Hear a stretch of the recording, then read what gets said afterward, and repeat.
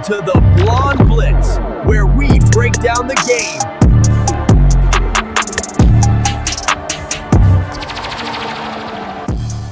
Hey everybody, it is Blonde Blitz time. Let's go.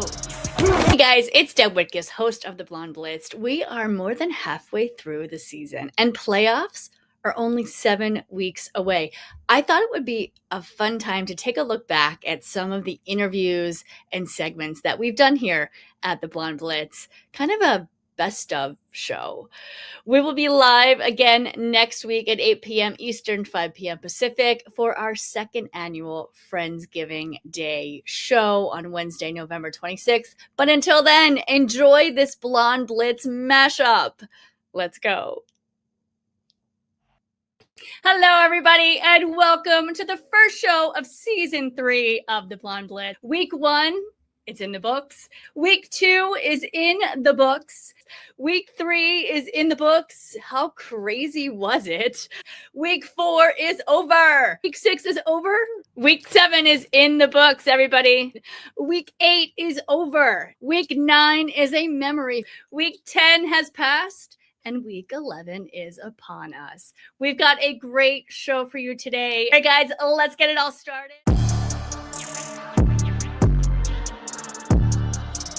Women in Sports, Shay Holland, HGTV designer to the athletes, and I were interviewed by Spectrum One News in Los Angeles about the roles women play in sports media. Check it out.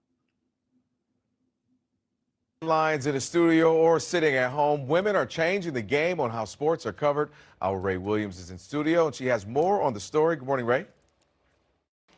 Yeah, Kelvin, good morning. For decades, sports media has been built around men, but women are claiming their space not only on the mic, but in the audience, infusing lifestyle, fashion, and so much fun mixed right in with the nuts and bolts of the sport itself.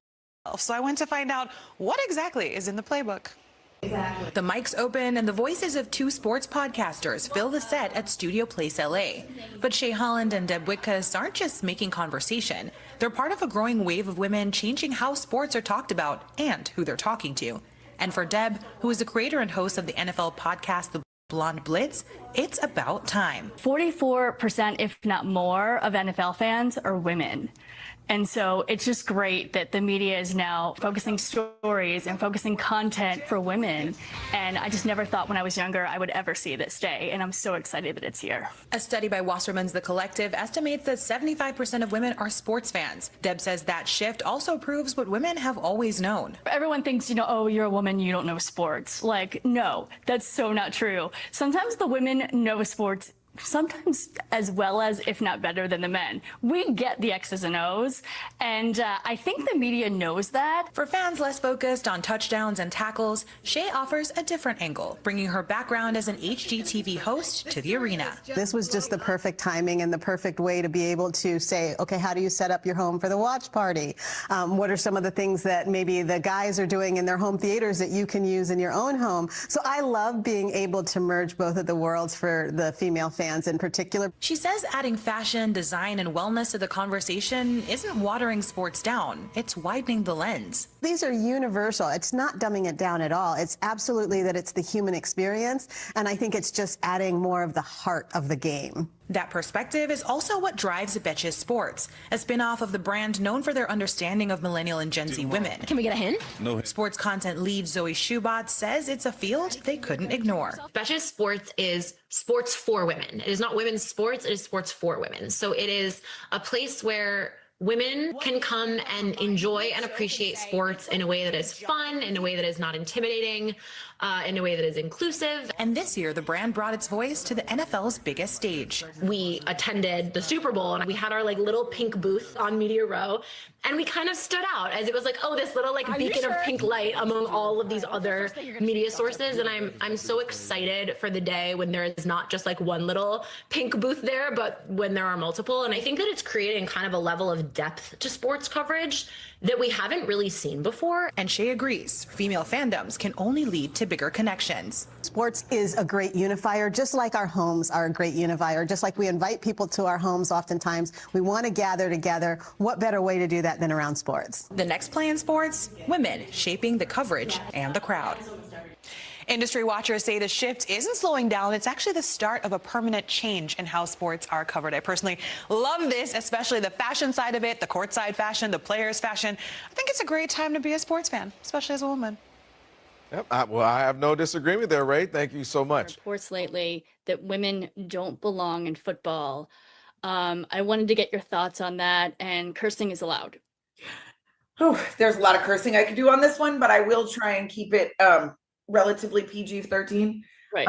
And I'm going to make it general, not the specific. The first one I would say for any woman who's criticized, because that's all of us, right? Whether you're in sports journalism or in the front office or on the field, for some reason, there's this manosphere conversation in which they feel like it should be 100% guy, right? Like that rock that he crawled out from under to like shout out like, no girls allowed ever, not one. It's like boys no and girls matter. have cuties or something. Like there is not one possible girl who could be good in this thing, right? Like that to me is a hard thing to say, right? So that would be one. Two, it would be consider the source. That's this person who's saying things about all women. No women should ever be in the manosphere of coaching, front office, media. What is he doing? Is he the very, very best in his craft to sit there and have time to throw darts at random women? Or is he somebody that's angry because the world, for some reason, did not allow him to be the only boy in the sandbox, right? And I struggle with that because even when I brought it up, as you know, my picture was thrown up on somebody's conversation, and I was like, I don't know you. What? Like, you know nothing about me as an individual. You just don't like my existence. So you're mad at me for being female while coaching. That's it. You don't know me. You don't know anybody I've coached. You have no reason to personally use me as your cover child. Okay, I've got a lot of F words for you, and none of them are football. Okay, a lot of them. I could beep with the best of them. But what I found much more interesting, and I think I proposed the best solution for guys like this, is like, let's grab 11 guys that you coached. I'll grab 11 players that I've coached, right? And let's see who really wins this thing. What made you include NFL in a women's flag football book? Flag football is just being taken from the NFL and like being taken from the game of boys tackle. So just to have that base and the best of the best from the base sport, but from those players, they also talked about how they wanted to play flag too. Like Matthew Stafford mentioned how he might want to join flag like professional. So I think that's really cool that a lot of those professional players that play from the base sport can give you advice to this new sport that's being created from it. And what was one takeaway from each of the interviews? Also interviewed Deanna Flores and a bunch of like the big flag girls. So then there's like both interviews from both of the sports. But my biggest takeaways, I think for the Whitworth one, I think the coolest thing was just being a multi-sport athlete, because that really resonated to me from playing all these sports. For Jared Goff, he talked about this indicator step that he has with his receivers. And I thought that was really cool because I asked him, I was like, how do your receivers just know when to turn for the ball like every time? They do this like step like in their route a little bit differently, so they're indicating like, I want the ball now. And I thought that was really interesting. And something Michael Strahan taught me was just to focus on like the job you have at hand. Bills versus Bucks Sunday at 1 p.m. What do you got and why? Ooh, the fact that the Bills and the Bucks both coming off losses, which is a rare thing to say, right? You got two teams that of that caliber, but I think the Bills need this game. While the Bucks lost, the Bills got embarrassed. The Bills got embarrassed by a Miami Dolphins team. I mean, a Miami Dolphins team that didn't have no Cheetah. I mean, what Dolphins? No Cheetah, no Jalen Phillips, no Jalen Ramsey, no GM, and they beat the brakes off the Bills. I got the Bills winning this one, but I know the Bucks will not go quietly into the night. Absolutely. And the Bucks actually lead the all-time series 8-5. And some interesting stat here, the Bucks have never won a regular season game in Buffalo. Ever. I mean, has it gotten cold in Buffalo yet? Because if it's gotten cold, that's not going to bode well for Baker Mayfield and company. Look, Cameron Dicker, I think, has been doing great. He's He's always probably the on best point. kicker. He's got to be the best kicker in the NFL. There's no question. And you and I were talking actually at the Rams practice about how special teams this season across the league has been off, but not Cameron. Not Cameron. No, I should have looked that up, like how many he's actually missed, but it's not very many. He's very good. He's accurate. He's got a very, it's interesting for a kicker. A lot of kickers are very uptight. When you see them, they're very, very tunnel vision focused. He is a little bit more, he has some of that, but he's also kind of happy-go-lucky kind of guy, and so it's interesting. Yeah, I feel like Cameron Dicker and Jake Elliott are very similar personality-wise and kicking styles, from the Eagles as well. So projects that you're working on right now. I was the president for the NFL Players Association for the Austin and San Antonio chapters for 4 years, from 18, 19, 20, 21. Yeah, from 18 through 21. And then I became the director of player relations, community and relations for the NFL Alumni Association. So those are my babies, both of them really, because they're both geared to help former players transition, like what we just said. Do you want to go back to school? Do you want to start a new career? Do you want to start a nonprofit? So that, always been a passion of mine to get former players engaged back into society and the community. I do that. So whenever you do hear about the NFL alumni, especially here in Texas, partnering with some local kids charities, I'm probably the one that's called these players to get them to show up at these events. That's what I do. Just came from a Make-A-Wish last night. Oh yeah, the Rams, and it was so special, and I was so honored to be there. So I love hearing this. Yeah. We got to get the guys back out into the community because so many people have served us as fans and bought our jerseys or our cards or things like that. So always wanted to give back to those that are less fortunate, than us. So that I do have the Roderick Walker Foundation that I just started. I just did a NFL celebrity casino night, and we raised money for Alzheimer's, which was a lot of fun. We raised money for Dale Children's Hospital, the Boys and Girls Club, Central Texas Food Bank.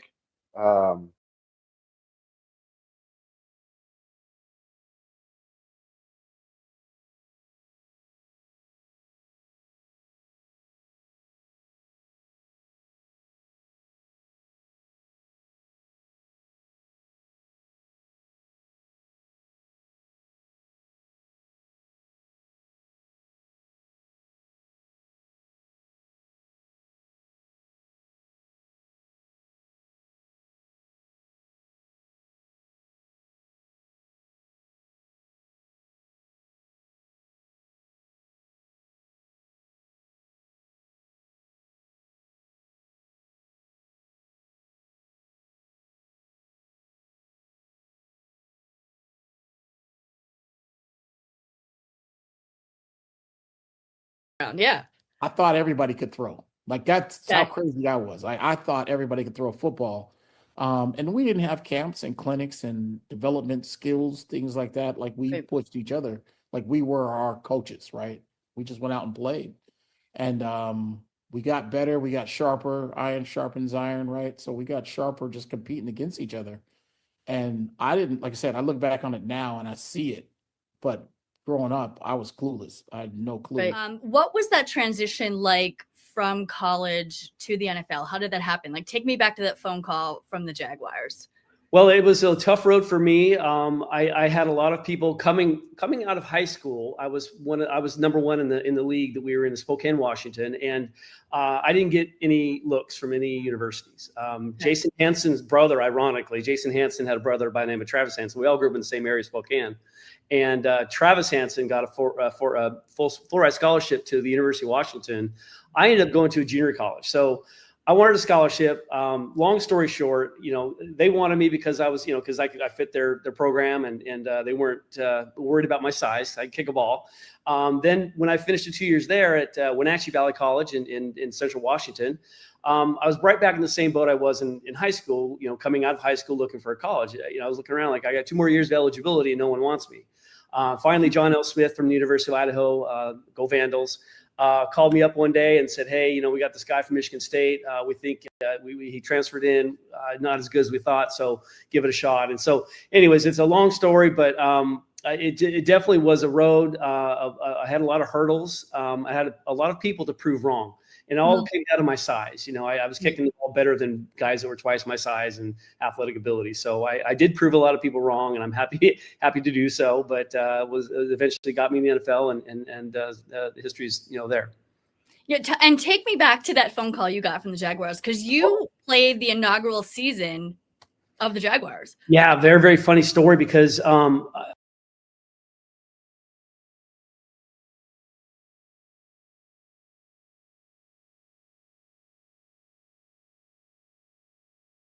wanted me back in San Diego, but I told him, I said, listen, Jacksonville expressed an interest. I got a much better shot of getting the starting job in Jacksonville than I did in San Diego because of John Carney.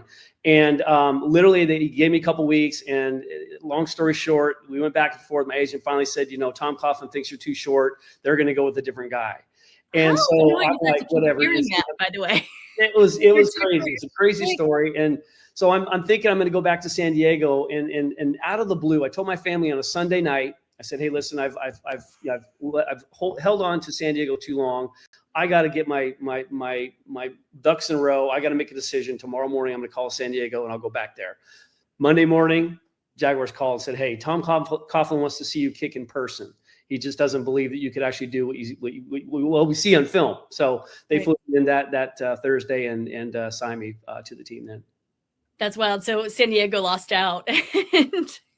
Yeah, but I was there the year before, and John Carney had gone to the Pro Bowl that year. So my shots were, I had no shot whatsoever. My chances were very slim. Well, and you said, what's up, everybody? My name is Virginia Sunshine, and I am a professional holistic private chef specializing in clean cuisine, which I lovingly dubbed culinary healthcare.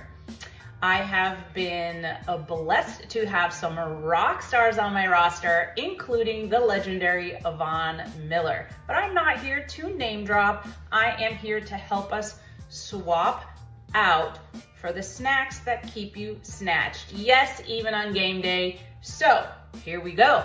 Of course, we're all sort of sick of hearing just have some hummus and veggies. But truly, it's not a bad idea. It's just there are better swaps. Yes, you can go for cucumbers with your guacamole or carrot slices. But here's what I would suggest. Instead of snacking and filling up on chips and dips and other little mini things, consider game day food your actual meal. So stick to your macros. Make sure you get your proteins, your fat, your veggies, and you should be in really good shape. And with that, I want to introduce to you my buffalo chicken lettuce wraps. These used to be a favorite of some of my rock stars on the teams, and just so happens to be lean, clean snack. So we start with some Boston lettuce, and y'all, I had to take it to the next level with some dill pickle potato chip crusted chicken tenders. Look at these bad boys. These are air fried, easy peasy. Now, I will say, if you do not have time to dredge, well, first of all, clean and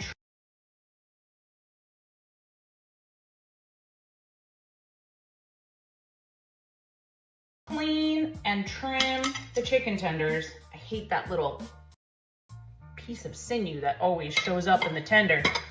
If you do not have time to dredge in flour and egg and crushed up pickle chips and air fry, use a rotisserie chicken. Just add all the other goodies and you are good to go. Here's how I take this to the next level.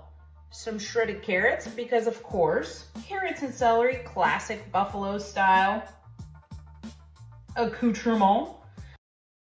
Some shaved celery. Yum. Elevate this. Take it to the next level with some avocado. That's the healthy fats there. Tons of protein in the chicken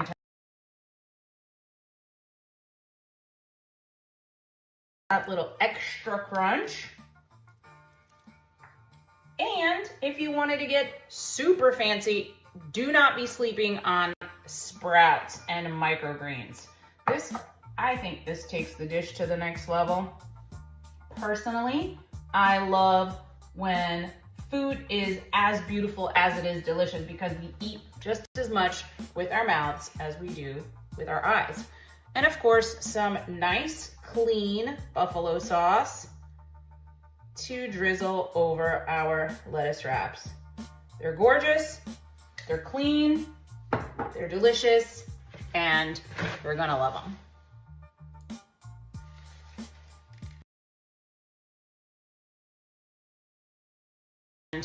And we're gonna love them.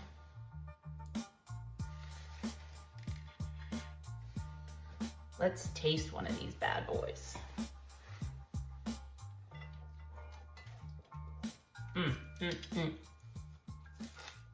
Oh my God. It's so good. It's creamy, it's crunchy, it's spicy, it's very veggie forward. It's freaking delicious.